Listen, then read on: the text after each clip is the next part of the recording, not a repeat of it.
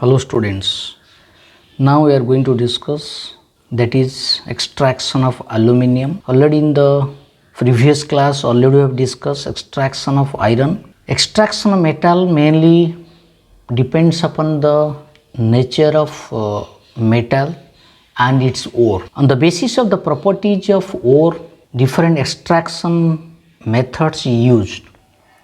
For the extraction of aluminium, as it is a reactive metals, it has different methods compared to other metals. So before discussing this, let us discuss what are the important ores of aluminium.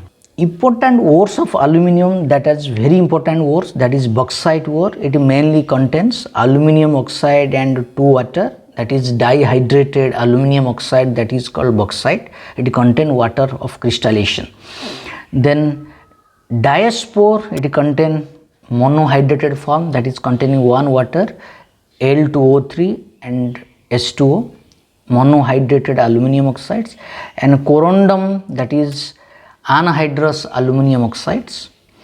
Then cryolite, sodium aluminium fluoride, it in the form of Na3AlF6. Na3AlF6. So these are some important ores of aluminium.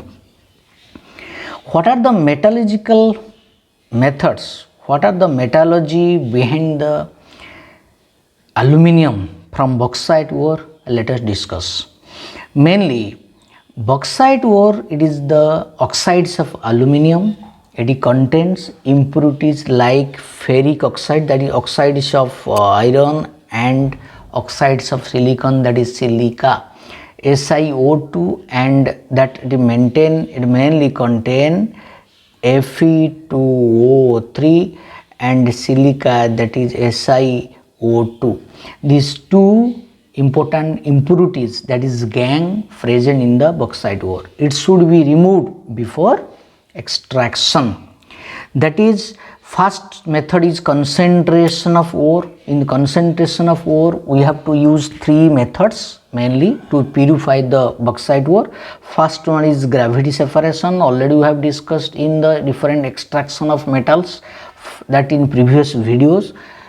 If you have not seen, you watch that video.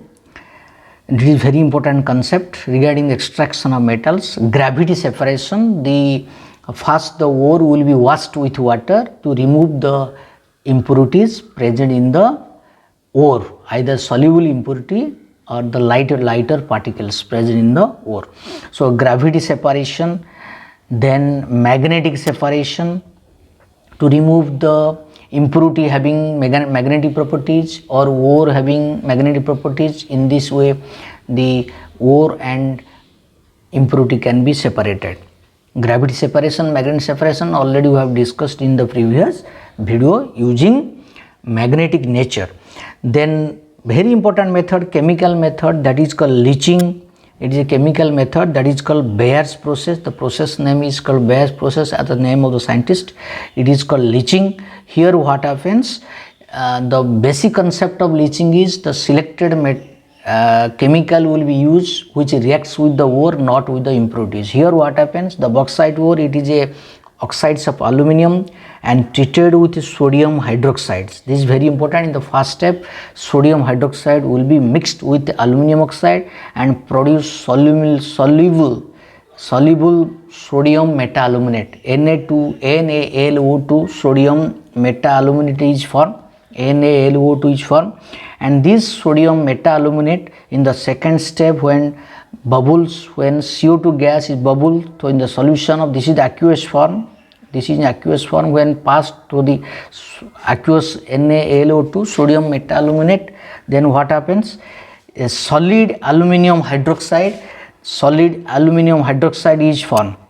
This solid aluminium hydroxide can be dried and on heating convert to pure bauxite, Al2O3, in the third step.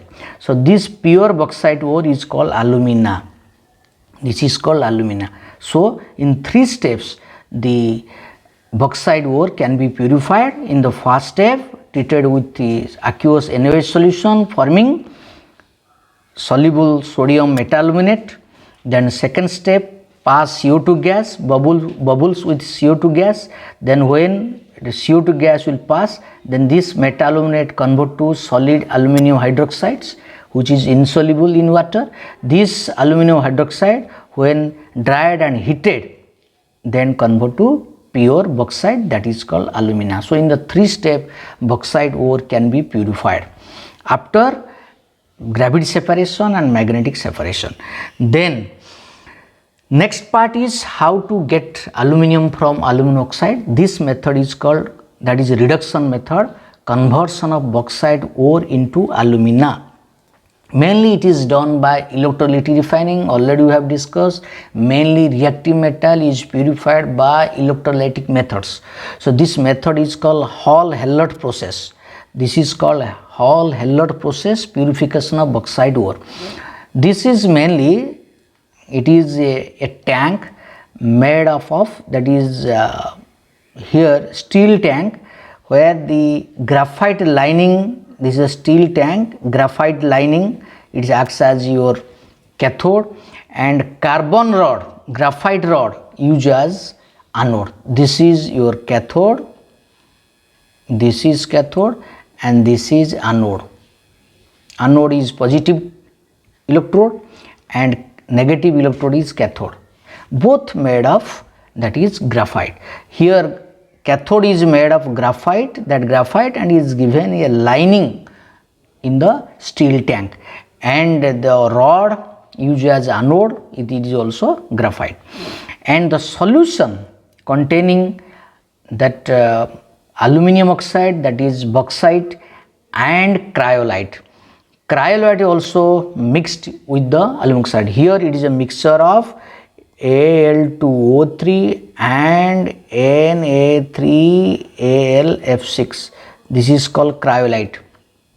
This is called cryolite. These two mixture, this aluminum oxide and bauxite, both will be taken. Then it will be the solution, both mixture will be heated, so that aluminum oxide gets converted to liquid form. So bauxite, mainly cryolite helps to increase the conductivity of aluminum oxides. First, it helps to decrease the melting point of aluminum oxides. Then second, it helps to increase the conductivity, because aluminum oxide is a pure covalent substance. It is mainly covalent character, water insoluble. So cryolite Na3LF6 helps to increase the conductivity of the solution. That's why this is mixed. That is bauxite mixed with cryolite. So in the steel container where graphite is lining, then graphite rod used as anode. So graphite lining is connected to negative terminal and graphite rod connected to the positive terminals. Then when electric current will pass, then electrolysis takes place. What are the electrolytic reaction takes place at anode and cathode?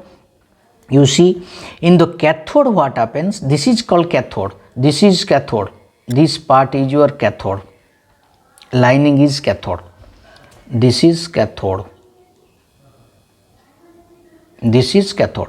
Then what happens, when reaction takes place, when current is passed, then aluminum oxide, first what happens, aluminum oxide dissociate into aluminum ion and oxide ion. First, it will already know by the passage of electric current, the compound gets dissociated into aluminum ion and oxide ion. Aluminum ion moves toward cathode, it gains 3 electron, convert to aluminum. Then as the high temperature maintained, that aluminum obtained in liquid form in the cathode and collected at the bottom of the tank. So here you see the steel tank, at the bottom aluminum, molten aluminum will be, this is the molten aluminum, this part, it will be collected in molten form. Then what happens, this oxide at the anode, here this is the anode, this is your anode, then oxide O2 minus move, both case O2 minus move, then O2 minus loses 2 electron, convert to O. Then this O, atomic oxygen is formed. This atomic oxygen reacts with carbon, forming carbon dioxide. This step may be take place, or this carbon reacts with oxygen forming carbon monoxide or carbon dioxide. These two reaction takes place. Carbon dioxide, carbon monoxide, both is converted, but ultimately it is converted to carbon dioxide. So at the anode, this point, what happens? Carbon dioxide is converted. Both case carbon dioxide is produced, because at the anode oxygen oxide is oxidized to, generally at the anode oxidation takes place, so it oxidized to oxygen. Then oxygen is as a reactive element, it bonds as a high temperature maintained, it bonds with the carbon rod, anode, graphite rod, and forming CO2 and CO. This reaction takes place.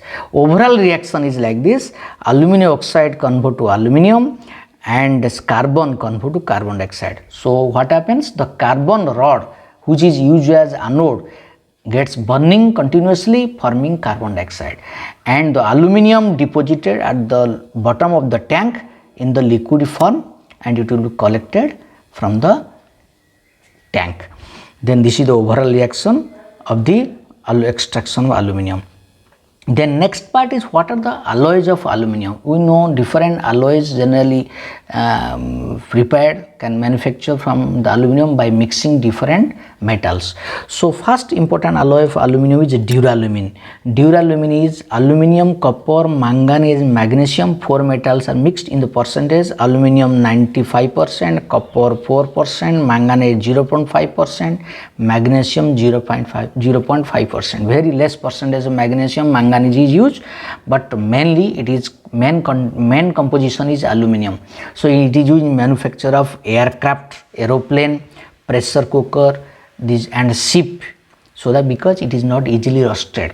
That's why duralumin, it is light and hard and is not easily rusted. That's why it is used in manufacture of aircraft, aeroplane parts, ship, pressure cooker also used.